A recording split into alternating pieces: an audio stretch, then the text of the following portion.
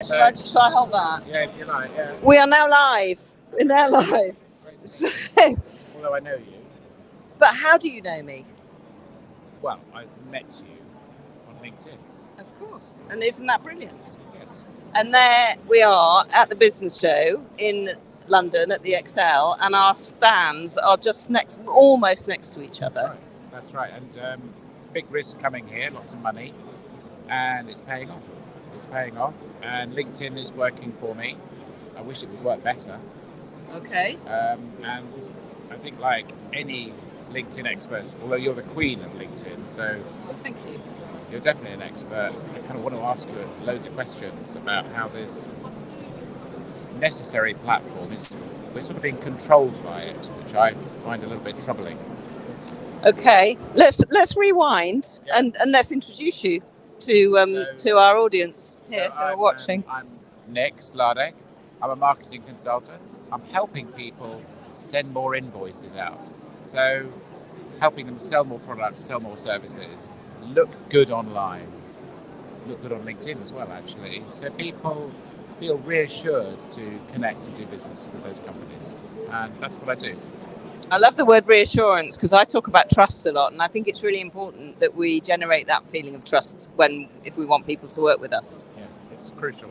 And I think it's interesting also that I tell everybody I work with, well, you're a consumer too, and when you buy something, you need to feel reassured. You need to feel, I like this company, I like this restaurant, I like whatever it is that I'm going to buy, I feel reassured.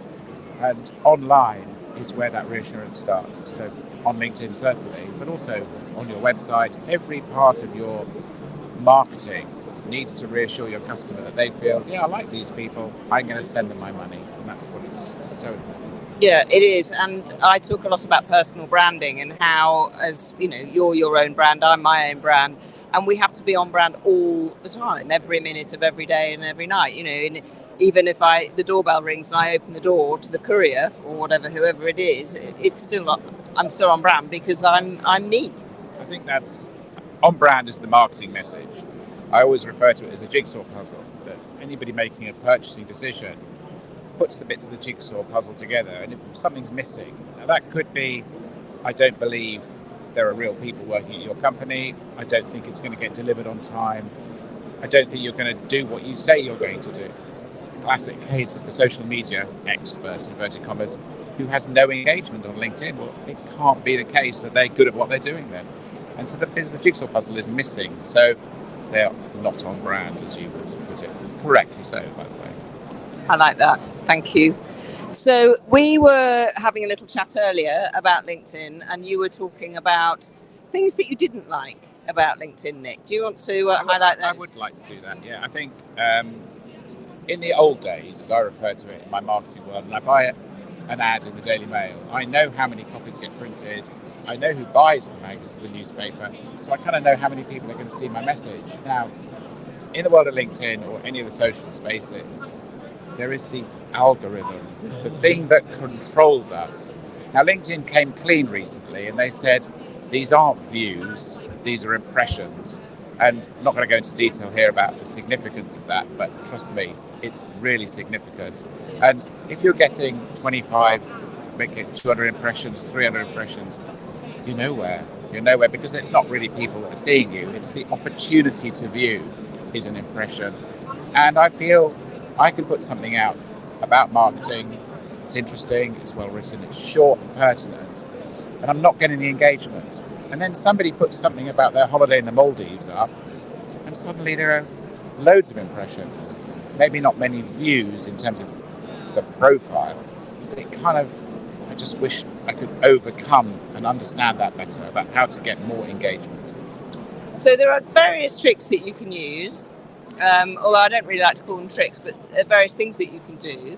So when you post, you've got the first 90 minutes of when you post is really, really crucial. So it's very important that you're on LinkedIn and you're being active on LinkedIn when your post goes live. And you know, you're replying to the comments that you're getting on your posts. And there's a phrase which we use, which is posting and ghosting, and just posting stuff and not engaging with other people. And I always use the analogy of a party, because I do quite like a party. is, if you've planned a party, Yeah. you've got the caterers have come, you've got the booze, you cleaned the house, and you're all ready to go, but you've actually forgotten to go out and invite people. And I think that's what we're doing on LinkedIn. We've got to go out and invite people to come and. Why are we surprised there's nobody there? Yeah, exactly. That's a good analogy. Yeah, so going out on LinkedIn and talking to other people, then people are going to come and talk to you. And that's, for me, there's a lot of common sense in how LinkedIn works. Yeah, and I think that's important. And that balance between being business focused and talking about myself, my vulnerabilities, how do you feel that balance should work? Because some people are posting photographs of themselves every day, and I'm just not sure that's working. I think it depends on what it is that you're selling and what it is you want to use LinkedIn for. But in business, I feel it is important that people know who we are, because people work with people. But oversharing we see it. We see people oversharing and talking too much about themselves and not enough about the value that they can bring others. That makes a lot of sense. And in terms of frequency, could you share something about how often should I be visible to my audience? The more you're visible, the more chance you have of getting conversions, I suppose, and getting business. But it has to be relevant. Exactly, yes, very good point. And interesting. And interesting / entertaining or something. Yeah, so that makes a lot of sense. I do have another question. So me and you sitting here on your lovely sofa, we run our own businesses. We are consultants in a sense. And when people buy my service, they're buying me. And when they buy your service, they're buying you. For so many businesses, they're selling a widget or a gadget, and they are part of a much bigger machine. LinkedIn profiles belong to individuals. And I'm interested to know how you feel it should work, where I'm an individual, but I actually work for a bigger company. How do I share in that way? Oh, good question. I love that. So what you're talking about is a system called employee advocacy. So a company getting the whole team, all of the employees, whether there are 3 of them or 3,000 of them, doesn't really matter, or as many of them as possible on LinkedIn using their personal profiles. No company can make or force their employees to use their personal profile for the gain of the company, but it's about empowering them and explaining to each employee the advantages for them, because there are so many. So each employee going out as their own, on their own personal profile, can develop their own thought leadership and be their own thought leader and start targeting their section of where they want to go. So if you've got, even if you've got 3 employees, each one would be chosen or would choose where to target and how to target certain people. But putting out content and developing themselves as thought leaders on LinkedIn is definitely the way. They are individuals at the end of the day, aren't they? Absolutely. So another question, in terms of you and your business, what do you want? What are you looking for? What's a good customer look like for you? Somebody who you would like to work with? So for me, I've been working in the entrepreneur space, but actually working in companies and helping as many employees as possible get out on LinkedIn and using the system of employee advocacy. It's just a gold mine. It's an absolute gold mine. And this is where I've been working, and I can see so much change, and it happens so quickly, because one of the things I love about LinkedIn is how it's so reactive. So, if you've got 5 employees, 20, 100 employees going out on LinkedIn, you will start to see those results immediately. Yeah. And it starts off, it's shares and follows and things like that, but then it will convert. It does convert, and that's where I feel I can make a really, really big difference to companies. Are you happy to talk about how much? I mean, if I want to work with you, can I ask you what your offer costs? How you can help me? What it would cost me?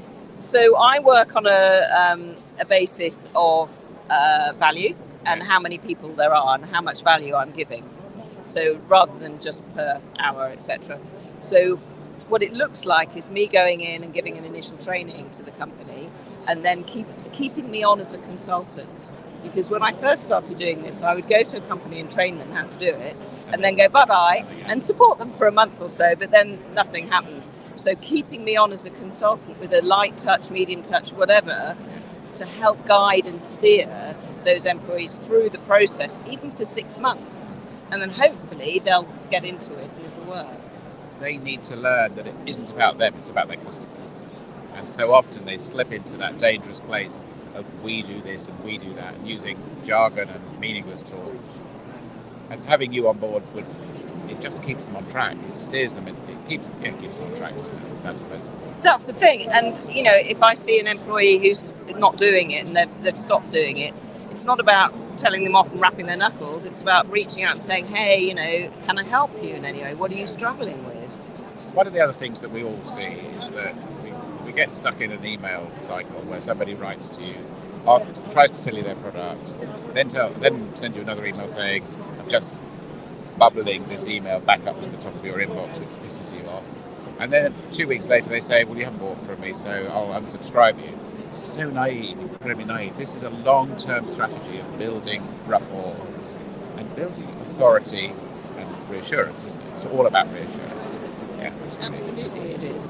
And so you're here today. Who are you looking for today, Nick, at the business show?